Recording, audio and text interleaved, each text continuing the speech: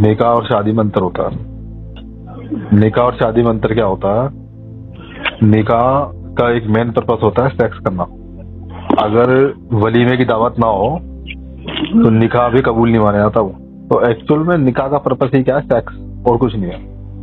और सेक्स की एक लिमिट होती है आदमी के जीवन में।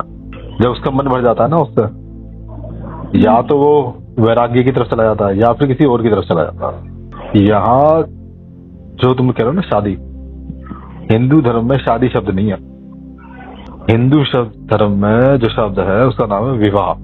और विवाह किसके बीच में होता है? विवाह होता है वर और वधू के बीच में। विवाह क्या होता है? विवाह एक संस्कार को, संस्कार क्या होता है? हिंदू धर्म में 16 संस्कार होते हैं जो सभी लोगों को पूरे करने चाहिए। तो विवाह हमारा एक संस्कार है। संस्कार क्या? बंधन। कैसा बंधन? जन्म जन्मांतर का बंधन जो हमेशा चलता है, जो कभी खत्म नहीं होता। तो जो विवाह जो चीज है ना, विवाह एक बहुत बड़ी चीज है। निकाह आप तोड़ सकते हो, राइट है आपका तोड़ने का, ठीक है। 3 बार तलाक वहां से बोला तो तलाक हो गया, यहाँ से खुला ले लिया तो तलाक हो गया। तो मतलब जब सेक्सुअल डिजायर्स पूरी हो गई, यौन इच्छाएं पूरी हो गई, ठीक है, सेक्स कंप्लीट हो गया, जब मन करा तब किसी भी को भी उठा के छोड़ दो, तलाक ले लो, डिवोर्स ले लो। ये निकाह का कॉन्सेप्ट है। लेकिन विवाह का कॉन्सेप्ट नहीं है ये। विवाह का मतलब है पति पत्नी एक दूसरे के जिंदगी में पूरक होकर जिएंगे। कैसे जिएंगे? पति पत्नी एक दूसरे के पूरक होकर जिएंगे। पुरुष को अधूरा माना गया है, पत्नी को अधूरा माना गया है, नारी को। इन दोनों की पूरकता, इन दोनों के साथ में। अब ये साथ कैसा है? ये साथ है जीवन के हर पल के लिए, हर पल हर क्षण, जहाँ जैसी जरूरत है आपको अपनी ड्यूटी पूरी करनी है एक दूसरे के प्रति। तो ये कर्तव्य है, ये कोई आपका अधिकार नहीं है। आपको एक दूसरे के प्रति अपने कर्तव्यों का पालन करना है। ये है विवाह। तो विवाह का जो कॉन्सेप्ट है बहुत ऊंचा कॉन्सेप्ट है, बहुत हाई कॉन्सेप्ट है। रामायण देखिए आप, जब रामायण में दिखाते हैं जो दशरथ में बूढ़े हो जाते हैं तब यज्ञ करते हैं। यज्ञ होने के बाद उनकी 4 संतानें होती है। कितने विवाह के कितने टाइम बाद होती है? लगभग बताया था 50 साल बाद।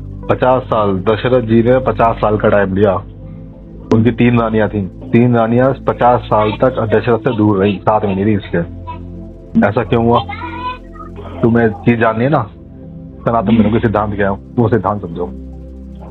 हमारे यहाँ प्राचीन काल में सिद्धांत था कि राजा ऐसा होना चाहिए जो अपनी प्रजा को सुख दे सके, जो अपने प्रजा को खुश रख सके, ठीक है, जिसके गुणों से प्रभा प्रभावित होकर अपने गुणों में सुधार करे, जिसकी कीर्ति यश सम्मान प्रसिद्धि ऐसी हो जिसका चर्चा पूरी दुनिया में चले।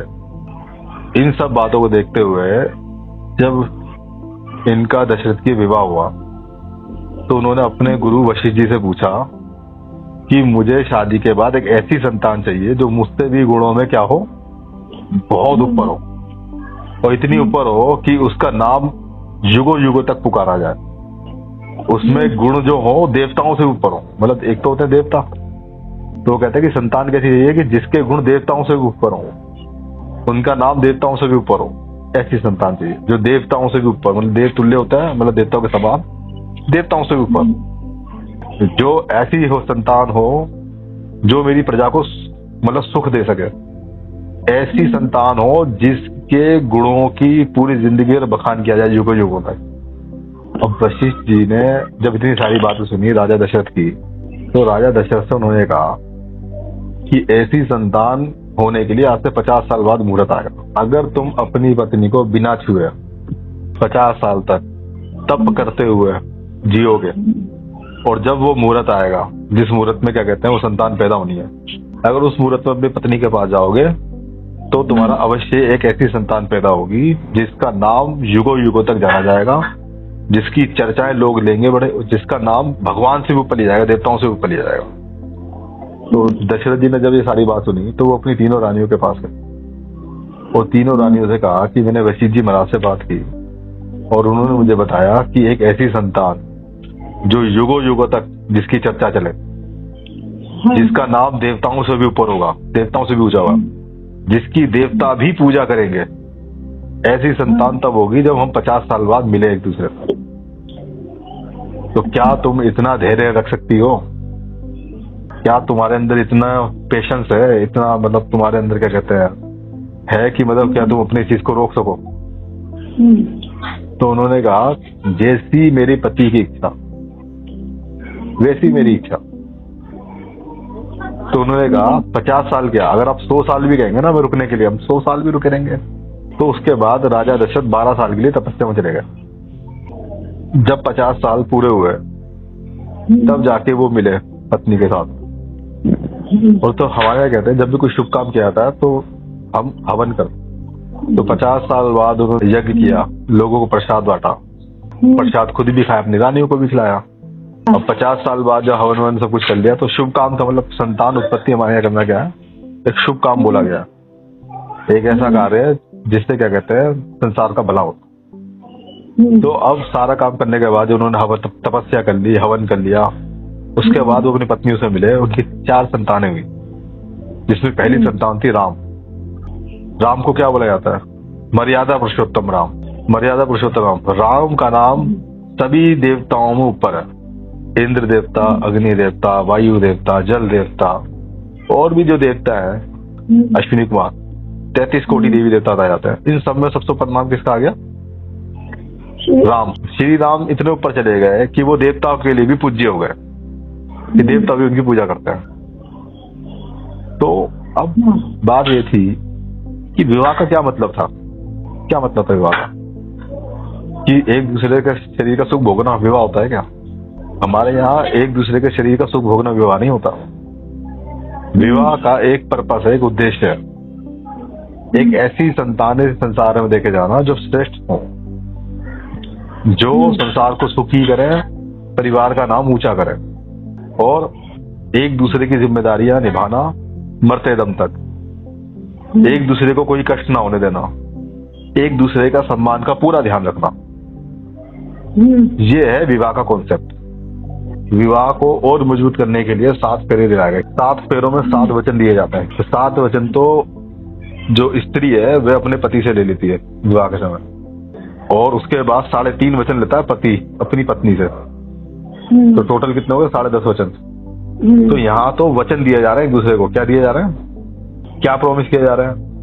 कि भाई तुम्हें पूरी जिंदगी में सुखी रखूंगा, पूरी जिंदगी में तुम्हारा ध्यान रखूंगा, इस बात का ध्यान रखूंगा कि भाई तुम्हारा कभी मान सम्मान को चोट ना पहुंचे, सारे धन जो कमाऊंगा वो सब तुम्हारे हाथ में रखूंगा, और बिना तुमसे पूछे से कभी खर्च भी नहीं करूंगा। जब भी मैं कोई पुण्य कार्य करूंगा तो उसमें हमेशा तुम्हें अपने साथ लेके बैठूंगा। तो ये सारे वचन मतलब कौन पत्नी ले रही है? ऐसी पति वचन लेता अपनी पत्नी से। तो विवाह क्या है? विवाह एक संस्कार है। संस्कार क्या? जिसका उद्देश्य है संसार का भला करना, अपना भला करना, अपने परिवार का भला करना, अपने आने वाली पीढ़ियों के थ्रू पूरे संसार का भला करना। ये है विवाह का कॉन्सेप्ट। इसीलिए कि ध्यान रखना, जब हम कहते हैं सनातन की बात करते हैं तो सनातन के आसपास कोई भी विचार मुझे नजर नहीं आता। विवाह क्यों करना है ये भी समझो। जिसको ये लगता है कि वो संसार में विमुक्त नहीं हो सकता, संसार में वैराग्य नहीं कर सकता, ऐसे लोगों को विवाह करना चाहिए जिनके शरीर में कोई कमी ना हो। अच्छा। जो बल से, बुद्धि से, मन से, धन से संपन्न हो, जो श्रेष्ठ हो, जिनके अंदर श्रेष्ठता के गुण हो, ऐसे लोगों को विवाह करके श्रेष्ठ संतानें पैदा करनी चाहिए। ठीक है, ताकि ऐसी श्रेष्ठ संतानें समाज का भला कर सके। ठीक है, तो ऐसे लोगों के लिए विवाह कंपलसरी, ऐसे लोगों को वैराग्य नहीं करना चाहिए। विवाह क्यों करना? विवाह इसलिए भी करना है कि मन बड़ा चंचल है, मन बड़ा चंचल है, मन बहुत भटकता है। हम कितना भी अपने पर नियंत्रण करें, जाने अनजाने में हम कुछ गलत काम कर ही देते, और ये काम ऐसे होते हैं जो जगत के सामने आते हैं तो मतलब बदनामी भी होती है और जगहसाई भी होती है। तो इसीलिए जिंदगी भर डरते भी हैं कि हमारा कोई राज ना खुल जाए, हमारा कोई भेद ना खुल जाए। तो ऐसे लोग जिनका स्वभाव ही चंचल है, जिन्हें नियंत्रण नहीं है शरीरों पे अपना, ऐसे लोगों को विवाह करना ही चाहिए। और समय रहते हैं माँ बाप को ऐसे लोगों का विवाह कर देना चाहिए। ऐसे लोगों को अपना विवाह बिल्कुल भी डिले नहीं करना, इंतजार नहीं कराना चाहिए उनको। तो इसीलिए विवाह किन लोगों को करना है, किन लोगों को नहीं करना, इसके बीच में एक बहुत बड़ी रेखा, इस रेखा की महीनता को समझते हुए देखना चाहिए कि विवाह किसे करना चाहिए और किसे नहीं करना चाहिए। संसार में 1 लाख में 4 या 5 लोग ऐसे होते होंगे जो अपने ऊपर नियंत्रण कर पाते होंगे पूर्ण रूप से। अगर ऐसे लोग हैं, अगर वो विवाह नहीं भी करते तो कोई दिक्कत नहीं,